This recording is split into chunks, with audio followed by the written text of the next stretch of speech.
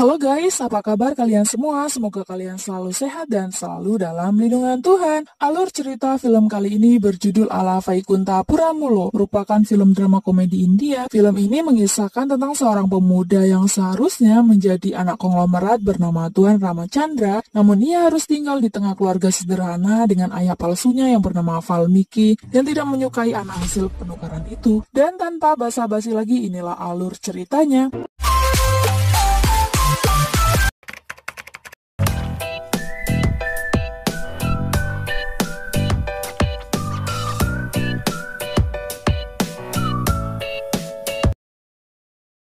Scene diawali dan menunjukkan Valmiki yang berada di rumah sakit karena saat itu Yasoda istri Ramachandra dan Laksmini istri Valmiki melahirkan dalam waktu bersamaan. Valmiki menerima kabar dari suster bahwa putranya telah lahir dengan selamat.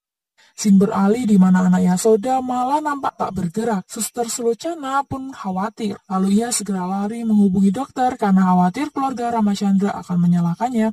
Melihat suster yang khawatir, Valmiki menawari anak laki-lakinya agar ditukarkan dengan anak Yasoda, agar suster tersebut aman dan anak Valmiki mendapat kehidupan yang layak. Dengan keadaannya semakin genting dan Valmiki selalu menyudutkan suster, akhirnya kesepakatan itu pun terjadi. Di saat suster akan meletakkan bayi di ruangan Laksmini, bayi Yasoda malah bergerak. Sementara Valmiki yang sudah menggendong anaknya Yasoda alih-alih menukar kembali dua bayinya tersebut, sang suster malah sengaja dibuat celaka oleh Valmiki dengan mendorongnya dari balkon sehingga dia jatuh dan mengalami koma, dan pertukaran itu pun tidak bisa dihindari. Scene lalu berlanjut, anak Yasoda dan Ramachandra mereka beri nama Raj Manohar, sedangkan anak Valmiki dia malah beri nama anaknya Bantu. Semua orang terkejut mendengar nama itu. Pendeta pun tidak mau memberkati nama Bantu, karena Bantu berarti pelayan.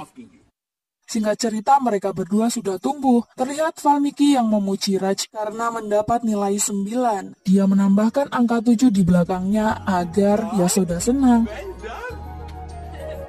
Tapi saat Valmiki diberitahu bahwa Bantu mendapat nilai 98, dia malah mengejeknya dan berkata, "Kenapa kurang 2?" Tanpa memuji Bantu, Valmiki langsung masuk ke dalam.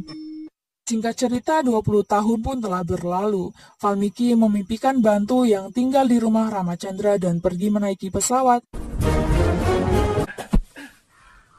Saat dia bangun, dia segera pergi ke kamar Bantu untuk memastikan bahwa itu hanya mimpi. Dia bersyukur karena Bantu masih di sini dan putranya berada di istana. Scene berlanjut, Bantu mengantar adiknya berbelanja. Saat di jalan, selendang merah sang adik ditarik oleh segerombolan pemuda nakal, sehingga leher adiknya tertarik. Bantu segera membalikkan badan adiknya agar terlepas dari jeratan. Sang adik berkata, biasanya saudara lelaki akan marah jika adiknya diganggu. Adik pun pergi.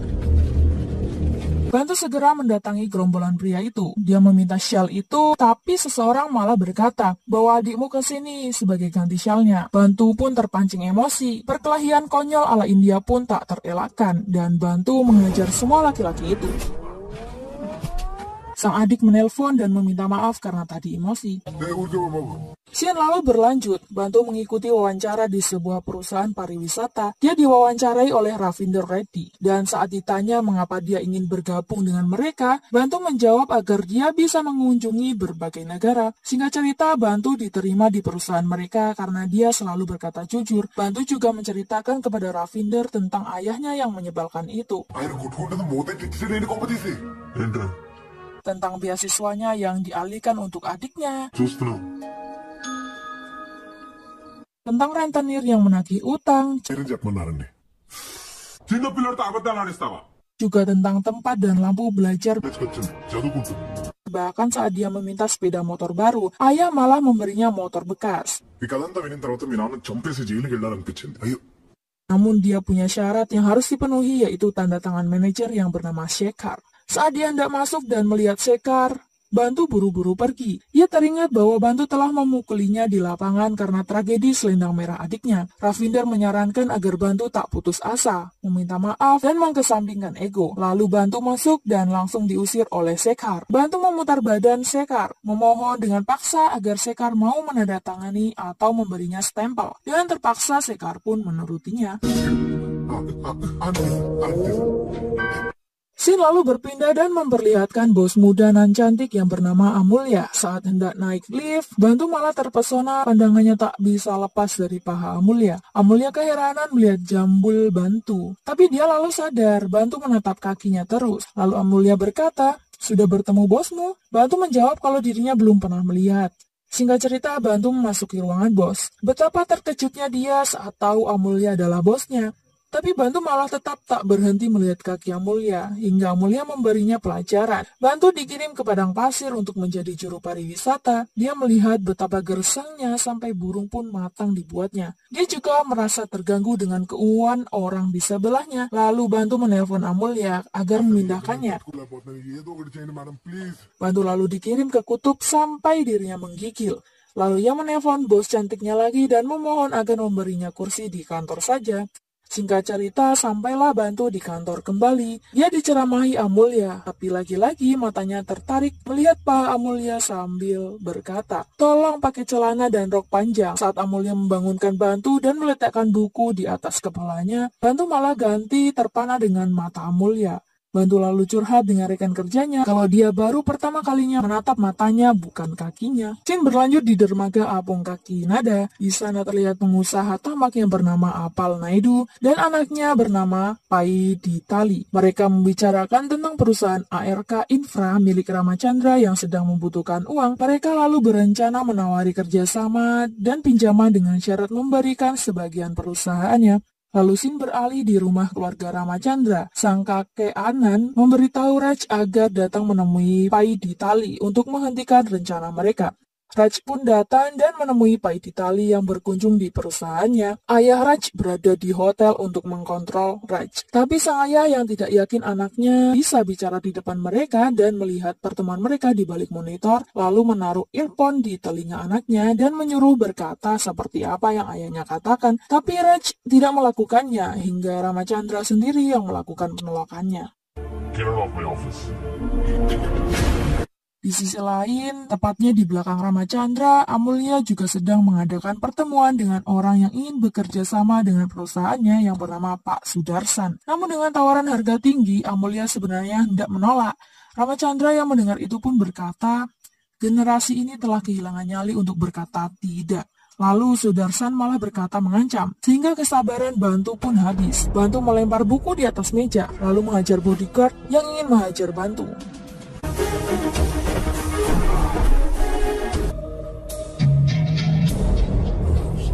Dia lalu menjelaskan dengan tegas kepada Sudarsan dan berkata, "Saat seseorang menolak tawaranmu, itu berarti tidak.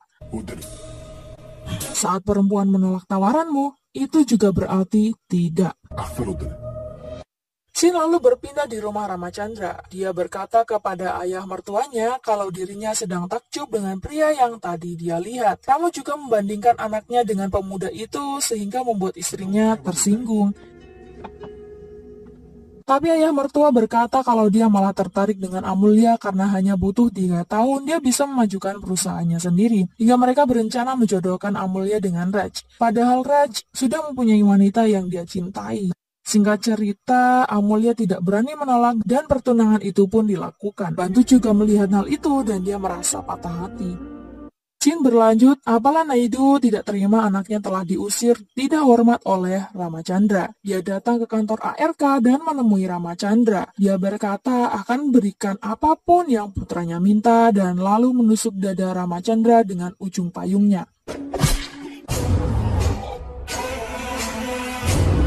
Amulya dan Bantu juga pergi menemui Ramachandra untuk berterus terang bahwa Amulya tidak ingin dijodohkan dengan Raj. Sampainya di kantor, betapa terkejutnya mereka melihat Ramachandra tergeletak bersimpah darah. Mereka segera membawa Rama ke rumah sakit agar segera ditangani dokter. Sampainya di rumah sakit, mereka berpapasan dengan Suster Sulochana.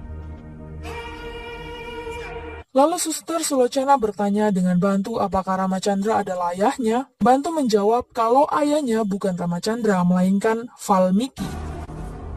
Melihat Valmiki, suster langsung berkata, "Itu bukan ayahmu, ayahmu adalah Ramachandra." Lalu suster menceritakan semuanya tentang anak yang dia bersama Valmiki tukar sekitar 25 tahun yang lalu. Sayangnya setelah menjelaskan semuanya, suster pun meninggoy. Valmiki menasihati Bantu yang tidak tahan lalu memukulnya dan berkata kalau Bantu sudah muak dengan kebohongan Valmiki. Saat di jalan mereka berdua berhenti, Valmiki memarahi Bantu karena telah memukulnya. నువ్వు కన్న తండ్రివి కావు కాబట్టి కొట్టా. Lalu Bantu membongkar semua kebohongan Valmiki yang telah menukarnya dengan anaknya. Di sini Valmiki malah tidak merasa bersalah, dia malah masih memikirkan harta dan keadaan anaknya jika Bantu membongkar ke semua orang. Valmiki merasa iri dengan keberhasilan ayah Bantu yang berbeda nasib dengannya.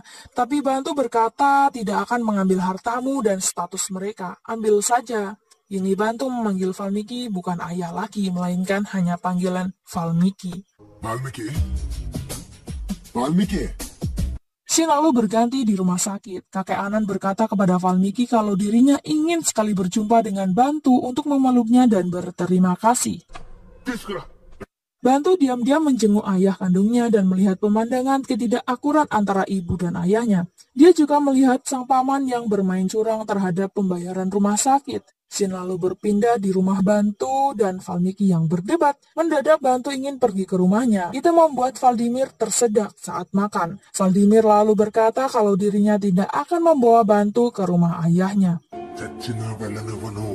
Scene berpindah lagi di rumah keluarga Ramachandra yang dianya sudah pulang. Dokter menyarankan agar penyelamat Rama dihadirkan di rumah itu untuk menghibur Rama agar segera pulih. Mereka lalu menekan Valmiki agar segera menyuruh anaknya datang ke sana. Ternyata dokter berkata hal itu karena anaknya diculik Bantu agar dia mau melakukan apa yang diinginkan Bantu. Kakek marah karena Valmiki selalu beralasan ketika disuruh membawa anaknya ke sana. Akhirnya Bantu pun datang ke rumah itu. Kakek Anand sangat senang melihat Bantu datang. Dia bertanya tentang berapa gajimu bekerja di perusahaan cucuku. Bantu menjawab 25.000 setelah dipotong menjadi 20.000 lah. Lalu kakek Anand menawari Bantu bekerja untuknya dengan gaji 50.000. Valmiki mendengarnya malah tak terima. Lalu kakek menawarinya kamar mana saja yang Bantu suka dan menyuruhnya mengambil meja dan komputer. Kemudian mereka bertanya apa pekerjaannya. Si kakek lalu menjawab dia akan menonton foto gadis di internet. Kemudian Bantu dan kakek berbicara di taman tentang masalah bisnisnya dengan Apala Naidu. Bantu menyarankan agar mereka langsung datang untuk memperingati musuhnya itu. Singkat cerita, mereka berdua pergi ke dermaga Apong Kakinada. Saat hendak masuk, kakek diusir pengawal Apala karena perusahaan ARK dulu juga telah mengusir Pai Ditali. Bantu tidak terima perlakuan kasar terhadap kakeknya itu. Dia lantas mencari siapa yang mendorong kakek. Dia bertanya sembari menghajar anak buah Apala. Melihat keberanian Bantu, sebagian pengawal Apala takut lalu mempersilahkan kakek duduk dan mereka menjamunya. Lalu Bantu meminta agar mereka memanggil Pai Ditali. Pai Ditali datang, Bantu memberinya peringatan agar tidak mengganggu keluarga Ramachandra. Bantu dan kakek Anand pun pulang. Di rumah Ramachandra, kakek mengeluhkan pengeluaran yang sangat tidak masuk akal. Bantu membuat penyelesaian masalah. Dia melaporkan kalau paman-pamannya itu sudah mencuri 1 lakhs. Kakek lalu memukuli mereka. Yasoda datang dan bertanya, untuk apa mereka mencuri? Bantu lalu menjawab, dia bertaruh 1 juta rupiah di meja poker. Bantu juga menyebut nama pria. Istri paman pun marah. Kemudian Yasoda meminta agar menceritakan tentangnya. Bantu menjawab, kau tak akur dengan suamimu. Suamimu berselingkuh dengan Revati, sekretarisnya sendiri. Rama mendengarnya tak terima dan langsung menampar Bantu. Setelah kejadian itu, Yasoda dan Rama pun saling berbicara. Rama mengakui semua kesalahannya dan Yasoda akhirnya makluminya dan memaafkannya. Kakek yang melihat pun merasa sangat bahagia. Di sini yang lain, 2 paman itu malah berencana memanggil musuh agar mereka mendapatkan keuntungan yang lebih besar. Scene lalu berlanjut di keesokan harinya, di mana Sudarsan dan Pai Ditali datang atas panggilan dari 2 paman liciknya itu untuk berinvestasi lagi. Ketegangan pun dimulai. Ramachandra merasa geram dan ingin datang ke sana, tapi kondisinya yang belum terlalu pulih, akhirnya kakek memanggil Bantu untuk datang dan mengatasi mereka. Kedatangan Bantu tentu saja merusak kesepakatan mereka. Keberhasilan Bantu membuat kakek Anand senang. Untuk merayakan hari bahagia itu, kakek mengadakan pesta malam. Tapi Amu dan Bantu kepergok Valmiki dan Yasoda sedang bermesraan. Lalu mereka pun mengadakan sidang. Valmiki memaki-maki Bantu, lalu mengusirnya. Bantu menyebut nama Valmiki. Valmiki malah memukulnya. Bantu pun pergi dengan Amu. Di sana Bantu mengatakan sesungguhnya kalau dia adalah anak Ramachandra yang sebenarnya. ఈ నిజం మీ అమ్మ నాన్నలకి చెప్తావా? ఎవరికి చెప్పను. Sin lalu berpindah di rumah Ramachandra. Kakek membaca surat perjanjian apalah yang memeras mereka, yang meminta setengah dari perusahaan ARK. Kertas itu harus ditandatangani dan dibawa ke rumah pertanian apalah dan harus dibawa oleh Raj. Kalau tidak, keponakan kalian akan mati. Mereka semua segera menandatangani surat itu. Paman bersujud di kaki Ramachandra karena telah sukarela menolongnya dengan menyerahkan perusahaan kepada penculik putrinya itu. Ia merasa menyesal selama ini telah banyak mencuri uang Rama diam-diam. Raj segera mengambil berkas itu dan pergi, tapi dia dicegah oleh paman Kaju dan Valmiki. Tapi Raj bersikeras akan datang sendiri karena dia benar-benar mencintai Naidu. Raj tidak ingin menikahi Amulya. Valmiki yang khawatir segera meminta bantuan Bantu, tapi Bantu menolaknya. Raj menyetir mobilnya, tapi dia dihadang keponakan sekaligus pengawal Apala Naidu. Dia berkata bahwa Bantu telah mengalahkan mereka semua dan berhasil menyelamatkan Naidu.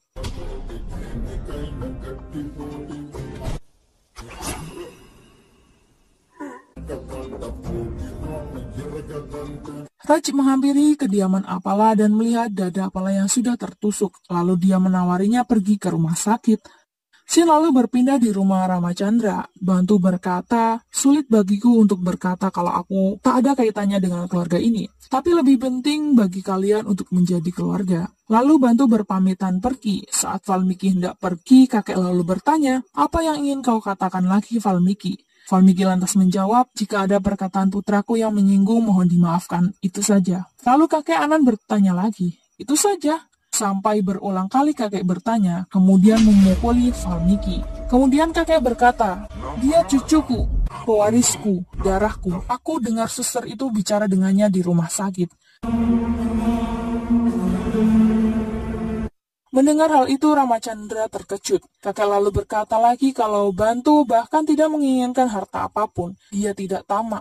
Rama tak bisa berkata apa-apa lagi selain menangis. Bantu lalu berkata, tenanglah ayah. Mendengar hal itu, Rama pun langsung bersemangat dan mengajak Bantu bertemu ibunya. Tapi Bantu menolak memberitahu yang sebenarnya. Tiba-tiba Yasoda, Raj, dan Nandu datang. Yasoda berterima kasih karena telah menyelamatkan putranya. Lalu Yasoda memberikan setengah sahamnya kepada Bantu. Awalnya Bantu menolak, tapi kemudian Yasoda berkata, seorang anak harus menerima semua yang diberikan oleh ibunya. Yasoda lalu berkata kepada ayahnya agar memberikan Raj tempat tinggal dan pekerjaan.